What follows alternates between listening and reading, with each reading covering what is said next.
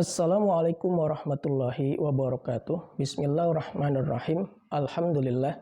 Sahabatku sekalian, terjadinya lonjakan kasus COVID-19 menjadi salah satu sebab diberlakukannya pembatasan kegiatan masyarakat atau PPKM darurat. Pemberlakuan PPKM darurat ini adalah dalam rangka pengendalian penyebaran virus COVID-19 di Indonesia, khususnya di Pulau Jawa dan Bali. Diberlakukannya PPKM darurat diharapkan bisa mencegah dan memutus mata rantai penyebaran virus COVID-19.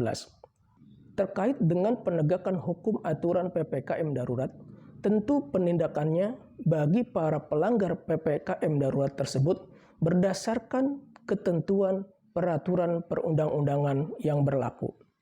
Adanya oknum Satpol PP yang melakukan kekerasan atau penganiayaan seperti menampar, memukul, merusak barang pemilik warung atau pemilik kafe di saat melakukan razia PPKM darurat merupakan bentuk perbuatan main hakim sendiri. Jika akibat dari perbuatan main hakim sendiri tersebut mengakibatkan orang lain luka, maka akibat dari penganiayaan tersebut, oknum Satpol PP dapat dituntut berdasarkan pasal 351 ayat 1 Kitab Undang-Undang Hukum Pidana tentang penganiayaan dengan ancaman pidana berupa pidana penjara selama-lamanya 2 tahun 8 bulan atau denda sebanyak-banyaknya Rp4.500 atau jika dikonversi menjadi Rp4.500.000.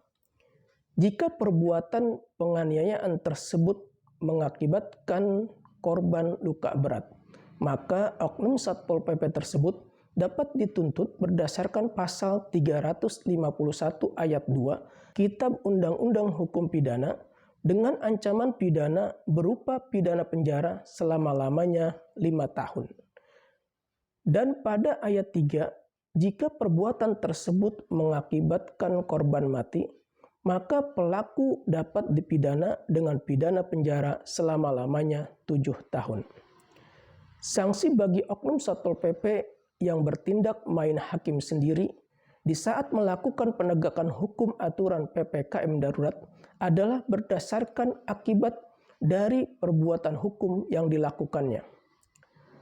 Kemudian jika ada Satpol PP atau Satgas penegakan PPKM darurat yang sedang melakukan penegakan hukum PPKM darurat, seperti ketika melakukan razia dan ditemukan sebuah warung atau sebuah kafe yang banyak pengunjungnya dan kemudian meminta pemilik atau orang yang berada di warung atau di kafe tersebut untuk membubarkan diri, akan tetapi pemilik atau orang-orang yang berada di warung atau berada di kafe tersebut tidak mengindahkannya atau justru melawan dan menghalang-halangi petugas atau melawan Satpol PP tersebut, maka pemilik warung maupun orang-orang yang berada di warung atau berada di kafe tersebut dapat dikenakan sanksi berdasarkan pasal 14 ayat 1 Undang-Undang Nomor 4 Tahun 1984 tentang wabah penyakit menular. Pada pasal 14 ayat 1 tersebut dikatakan, barang siapa dengan sengaja menghalangi pelaksanaan penanggulangan wabah sebagaimana diatur dalam undang-undang ini, diancam dengan pidana penjara selama-lamanya 1 tahun dan atau denda setinggi-tingginya Rp1.000.000.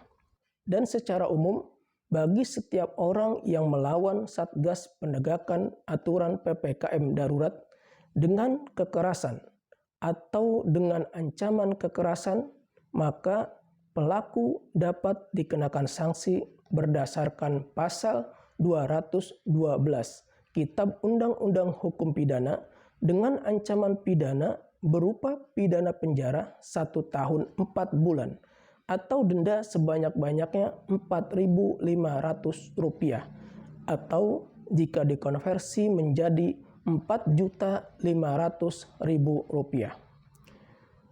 Jika akibat dari perlawanan tersebut mengakibatkan Satgas Penegakan Aturan PPKM Darurat luka-luka, maka pelaku dapat dikenakan sanksi pidana berupa pidana penjara selama-lamanya 5 tahun.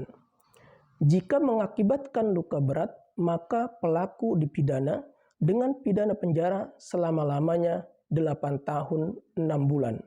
Dan jika mengakibatkan mati, dipidana dengan pidana penjara selama-lamanya 12 tahun. Hal ini diatur dalam pasal 213 Kitab Undang-Undang Hukum Pidana. Sahabatku sekalian, khususnya kepada para Satgas Penegakan Aturan PPKM Darurat, gunakanlah pendekatan persuasif dan humanis dalam penegakan aturan PPKM Darurat. Karena penegakan hukum di luar aturan hukum merupakan perbuatan sewenang-wenang dan bertentangan dengan hak asasi manusia. Ingat, semua orang sama di hadapan hukum dan berhak atas perlindungan hukum yang sama tanpa diskriminasi apapun. Saya yakin penegakan hukum aturan PPKM Darurat yang dilakukan dengan cara persuasif, dengan cara humanis, dan dengan cara memberikan penjelasan akan ancaman dan bahaya dari penyebaran virus COVID-19 saat ini akan membuat masyarakat taat dan patuh pada aturan PPKM Darurat yang saat ini berlaku.